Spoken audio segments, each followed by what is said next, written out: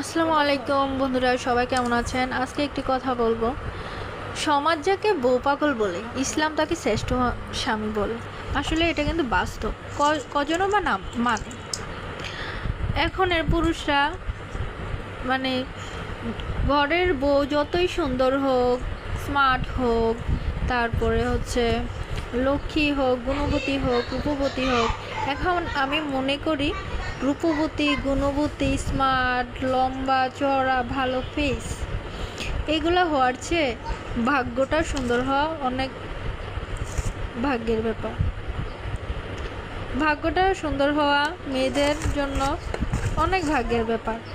তো সব মেয়েদের তো আর ভাগ্য ভালো হয় না। এই জন্যই সুন্দর হওয়ার চেয়ে, মানুষের গায়ের রঙের চেয়ে তার মনটা সুন্দর হওয়া অনেক ভালো ভাগ্যের ব্যাপার। এরকম স্বামী কয়জনও বা পায়?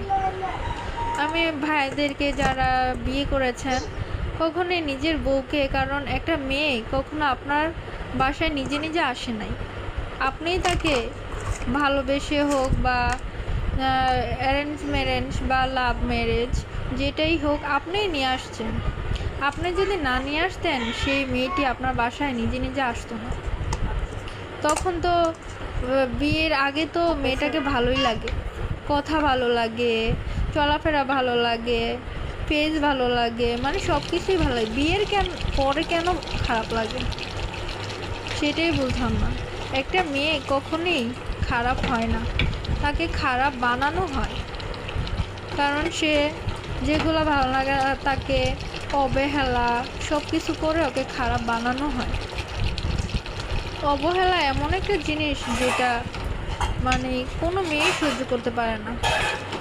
আর সবাই অবহেলা করলেও অসুবিধা নাই, যদি জামাই তাকে ভালোবাসে। কারণ সবাই তো আর সব সময় সারা জীবন তার সাথে থাকবে না। থাকবে কে? একটা মানুষ। মানুষটা হচ্ছে তার স্বামী। স্বামী যদি ভালো হয়, পৃথিবী উলট পালট হইলেও কোনো অসুবিধা নেই, কারণ আমার জামাই ভালো আছে। এটাই একটা মেয়ের শান্তি। জামাই ভালো যার, মূল্য সবার কাছে তার থাকে। জামাই খারাপ হলে তার কাছে পৃথিবীটাও অন্ধকার, সবার কাছে অমূল্যহীন, একটা উৎকৃষ্ট পাতার মতো আমি মনে করি। যেমন জামাই সম্মান করলে বউকে তার ফ্যামিলি সম্মান করতে বাধ্য। জামাই যদি সম্মান না করে, তাহলে তার ফ্যামিলি তাকে কখনোই সম্মান করবে না। কেন সম্মান করবে না? কারণ যার বউ সেই তো সম্মান করে না, তো শুধু শুধু মানুষ কেন সম্মান করতে যাবে?